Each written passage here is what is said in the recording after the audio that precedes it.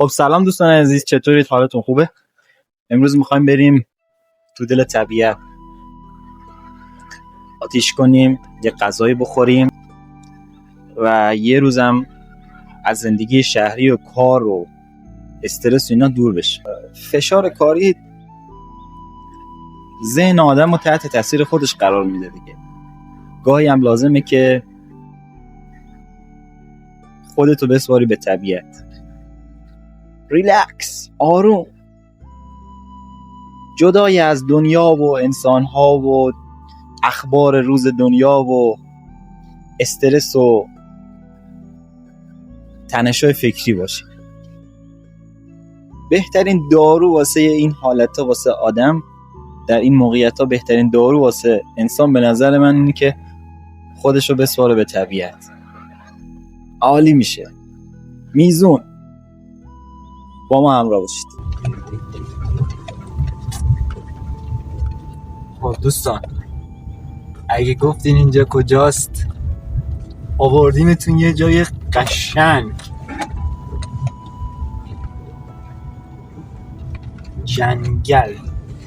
جنگل های بسیار زیبا. خب ماشینو باید از اینجا دور بدین دیگه. خب میخوام بریم باز. برو تیکاست کشید. داریم از سرسره میریم بالا.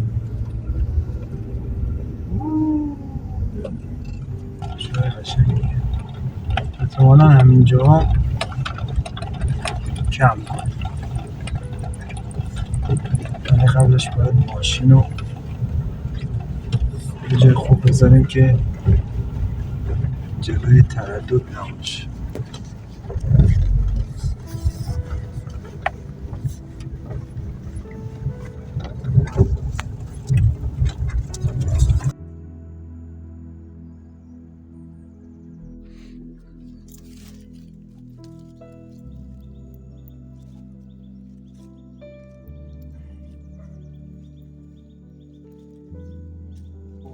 سرده.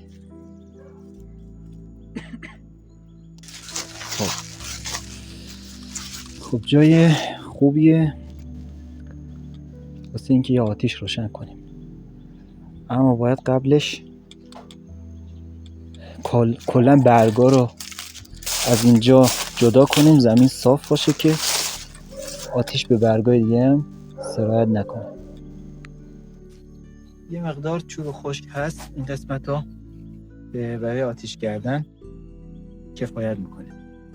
من میرم اونا رو جمع میکنم، میارم این پشت که فضا رو درست کردم. البته برگا رو همه رو با پام زدم کنار و مطمئن باشین که وقتی که آتیش رو خواستم خاموش کنم، با خاک کاملا روی اون زغالایی که روشنه با خاک میپوشونم تا خدایی نکرده برگا رو آتیش نزنه.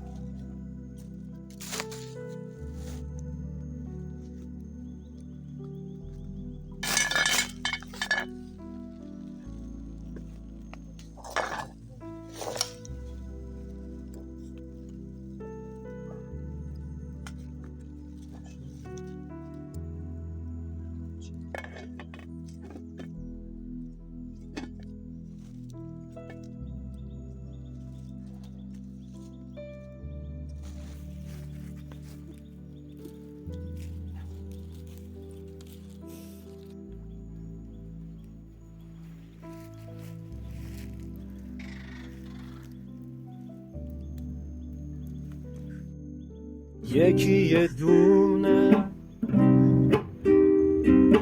خانم این خونه، شیرین و دردونه، دلم بمونی میمونه، کنار من باشی، به عشق من باشی، وقتی که بیرونم منتظرم باشی، درمون هر دردم بخندی میخندم، جلو خدا من باز میگم تویی حقم.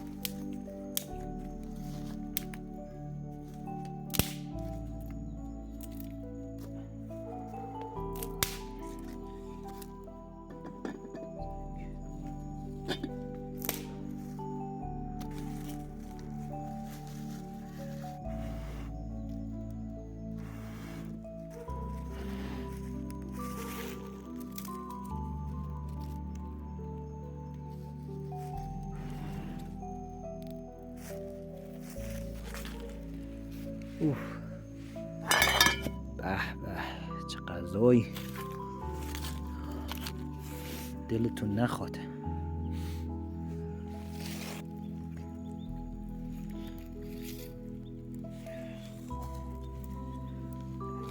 مرغ و برنج و چه بویی، چه عطری.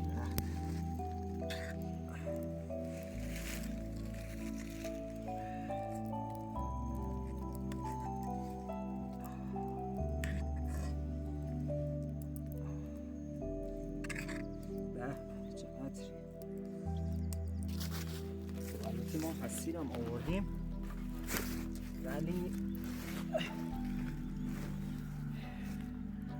ترجیح داده بودم رو چهارپایه بشینم، با اینکه سرده و برش دعا بود.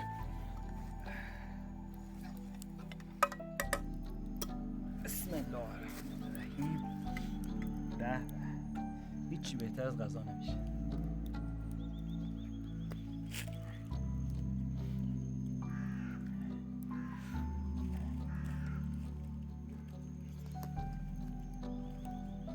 غذای داغ.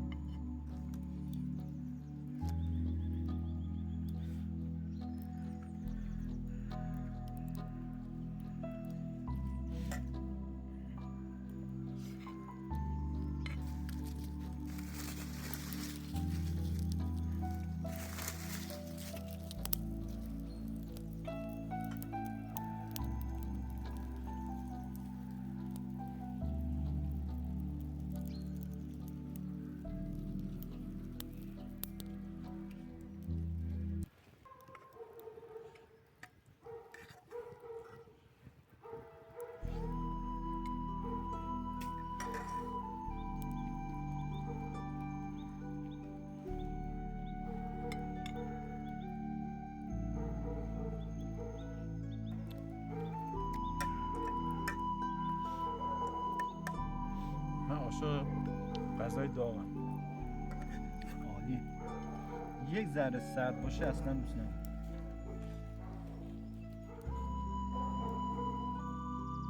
ماشاءالله اینجا پر سگ.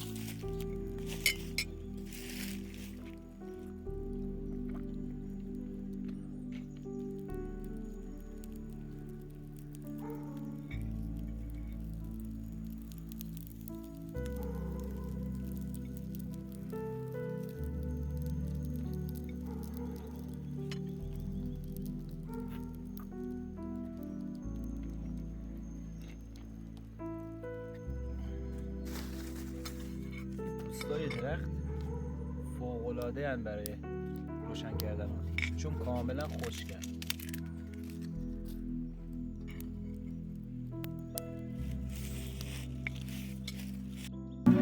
دنبال دنبالتم، چقدر کنم با دو بیدون، با آسمونم قهرما، علکی به هم قولتو میدون.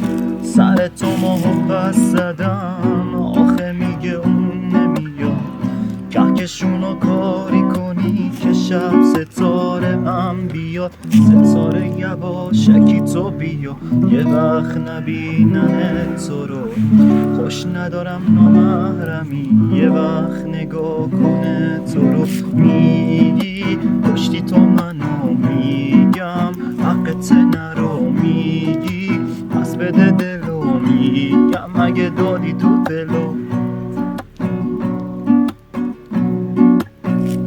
آخ اگه بارون بزنه، آسمون و ابر بزنه، نشه تو رو ببینمت، نکنه تو رو غم بزنه. هر کی رسیده بهم میگه دیوونه تر از تو که نیست، از آسمون خبر اومد ستاره ای مثل تو نیست. ستاره یواشکی تو بیا، یه وقت نبینن تو رو، خوش ندارم نامحرمی، یه وقت نگاه کنه تو رو. میگی کشتی تو منو، میگم حقت نرو، میگی پس بده دلو، میگم مگه دادی تو دلو.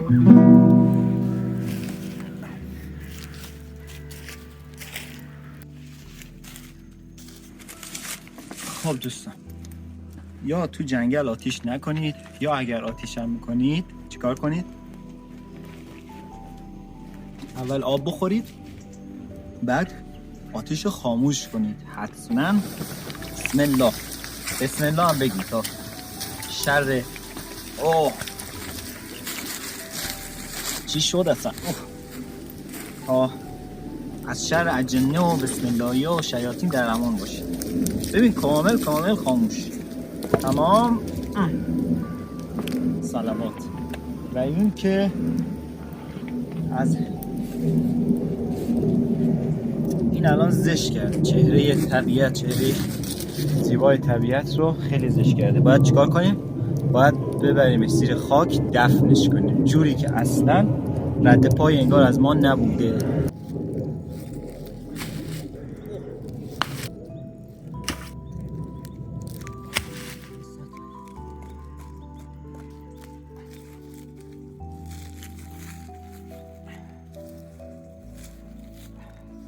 خاکشم خیسه، عالیه.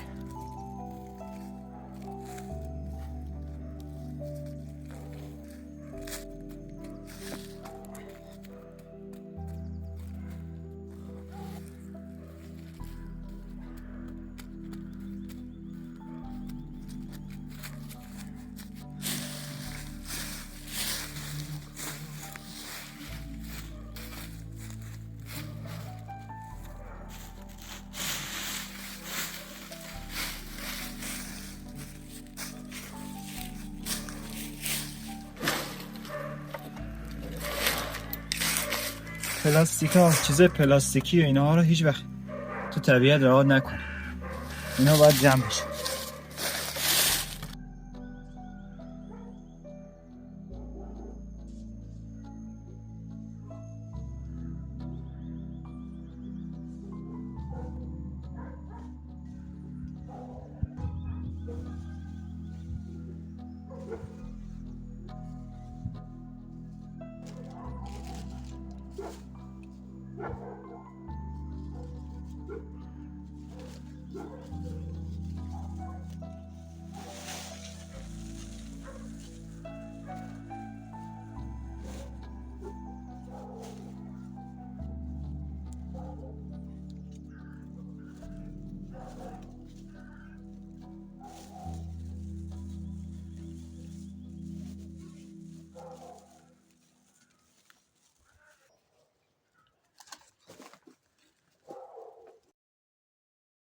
خب میبینید که همین تیکه چقدر آشغال داشت، همین تیکه کوچیک.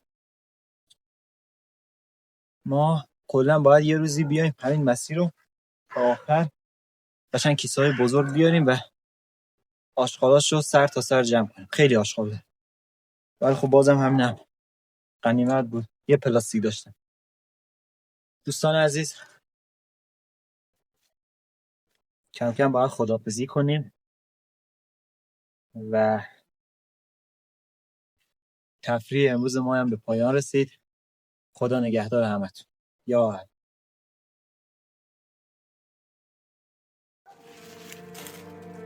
دردونه قلبم مونس و همدم، دلیل هر خندم نیستی به مون بندم. اوری و هی مشر زیادی تو کمتر، سوخته بهارم باز خسته نشی خستم. آدمت میشم اگه هوام بمونی، یه کمی لجبازی کلی مهربونی. گم شدم تو گرمیه اون دوتا چشمات، واسه من ستاره نه یه کهکشونی. آدمت میشم اگه هوام بمونی، یه کمی لجبازی کلی مهربونی. گم شدم تو گرمیه اون دوتا چشمات، واسه من ستاره نه یه کهکشونی.